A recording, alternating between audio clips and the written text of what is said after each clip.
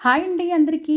First time మన video చూస్తున్న వాళ్ళైతే మన ఛానల్ని తప్పకుండా సబ్స్క్రైబ్ చేసుకోండి ప్లీజ్ అండి. ఇప్పుడైతే మనం ఈ వీడియోలోకి వెళ్ళిపోదాం. ఇది వచ్చేసి జీరా రైస్ చెట్టినాడు చికెన్ అండి. టేస్ట్ మాత్రం సూపర్ ఉంటుందండి, కంపల్సరిగా ట్రై చేయండి. దానికోసం అని చెప్పేసి కేజీ చికెను, కొన్ని ఉల్లిపాయ ముక్కలు, కొంచెం కరివేపాకు, కొద్దిగా టమాటా, 1½ టేబుల్ స్పూన్ వచ్చేసి జింజర్ గార్లిక్ పేస్ట్, టేస్ట్కి సరిపడా సాల్ట్ తీసుకోవాలండి.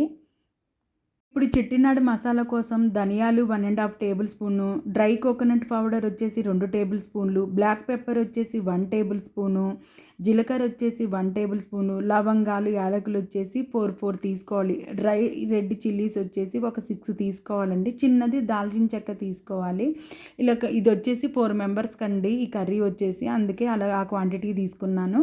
ఇంకా ఒక ప్యాన్ పెట్టుకొని ప్యాన్ హీట్ ఎక్కిన తర్వాత ధనియాలు, బ్లాక్ పెప్పరు, జీలకర్ర, మళ్ళీ ఇంకా లవంగాలు, యాలకులు, దాల్చిన చెక్క యాడ్ చేసుకొని రోస్ట్ చేసుకోవాలండి. ఒక 2 మినిట్స్ వరకు మంచిగా మీడియం ఫ్లేమ్లో పెట్టుకొని రోస్ట్ చేసుకోండి.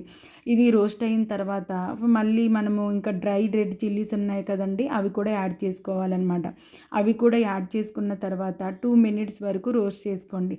ఫైనల్గా డ్రై కోకోనట్ పౌడర్ వేసుకొని అది అలా మిక్స్ చేసుకొని స్టవ్ ఆపేసుకోవాలన్నమాట. ఇప్పుడు ఇదంతా కూల్ అవ్వాలండి. కూల్ అయ్యాకే గ్రైండ్ చేసుకోండి. అస్సలు ఈ కర్రీలోకి ఈ మసాలా తప్ప గరం మసాలా అనేది అస్సలు యూజ్ చేయొద్దండి. ఇందులో బ్లాక్ పెప్పరు, కోకోనట్ పౌడర్ ఉండడం వల్ల మనకి చెట్టినాడు ఫ్లేవర్ వస్తుంది. కంపల్సరిగా మీరు ఈ కర్రీ మాత్రం వన్స్ ట్రై చేశారనుకో ఇంకోసారి అసలు వేరే కర్రీకే వెళ్ళారండి. చికెన్తో ఎప్పుడు చేసినా ఈ కర్రీనే చేస్తారు. ఇప్పుడు ఒక ప్యాన్ పెట్టుకొని ఆయిల్ వేసుకున్నాక ఆయిల్ హీట్ ఎక్కిన తర్వాత అందులో కరివేపాకు, ఉల్లిపాయ ముక్కలు యాడ్ చేసుకోవాలండి. ముందే చెప్తున్నానండి, కర్రీ కంప్లీట్ అయ్యే వరకు స్టవ్ మాత్రం మీడియం ఫ్లేమ్లోనే ఉండాలండి. హై ఫ్లేమ్లో మాత్రం అస్సలు పెట్టొద్దనమాట. నెమ్మదిగానే నిదానంగానే ఈ కర్రీ అనేది మనం కుక్ చేసుకోవాలండి. ఇవి మొత్తం ఇప్పుడు కొంచెం అలా రోస్ట్ అయిన తర్వాత అందులోకి అల్లం వెల్లుల్లి పేస్ట్ కూడా యాడ్ చేసుకొని అది మొత్తము రా స్మెల్ పోయే వరకు, అంటే పచ్చివాసన పోయే వరకు మిక్స్ చేసుకోవాలండి. ఆ తర్వాత కొన్ని టమాటా ముక్కలు కూడా యాడ్ చేసుకోవాలి. మీరు టమాటా అనేది గ్రైండ్ చేసి కూడా యాడ్ చేసుకోవచ్చండి, అది చాయిస్ మీ ఇష్టం అండి.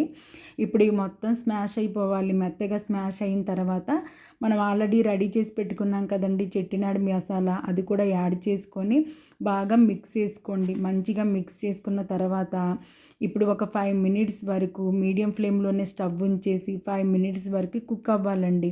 అలా కుక్ అయిన తర్వాత మనకి ఫైనల్గా ఆయిల్ అనేది సపరేట్ అవుతుందన్నమాట. అలా సపరేట్ అయ్యే వరకు మనం కుక్ చేసుకోవాలండి. అలా సపరేట్ అయ్యే వరకు కుక్ చేసుకున్న తర్వాత అందులోకి మనం చూసారా ఎలా ఆయిల్ అనేది ఇలా సపరేట్గా ఎలా కనిపిస్తుందో బయటికి, అలా అయ్యే వరకు కుక్ చేసుకున్న తర్వాత ఫైనల్గా చికెను టేస్ట్కి సరిపడా సాల్ట్ యాడ్ చేసుకోండి. సాల్ట్ యాడ్ చేసుకున్న తర్వాత ఆ కింద మసాలా అనేది చికెన్ ముక్కలకి మొత్తం కంప్లీట్గా పట్టే వరకు బాగా మిక్స్ చేసుకోవాలన్నమాట. మొత్తం మంచిగా మిక్స్ చేసుకోవాలండి కంప్లీట్గా. అలా మిక్స్ చేసుకున్న తర్వాత ఒక 5 మినిట్స్ వరకు మూత పెట్టేసుకొని 5 మినిట్స్ వరకు అలా కుక్ చేసుకోండి. ఇలా మీడియం ఫ్లేమ్లోనండి, స్టవ్ హై ఫ్లేమ్లో మాత్రం అస్సలు పెట్టొద్దు. మీకు కనుక గ్రేవీ కావాలి అనుకుంటేనే వాటర్ యాడ్ చేసుకోండి. గ్రేవీ వద్దు అనుకుంటే మాత్రం వాటర్ అస్సలు యాడ్ చేసుకోవద్దండి. ఒక 20 మినిట్స్ తర్వాత చూసారా కర్రీ అనేది మనకి రెడీ అయిపోతుందండి.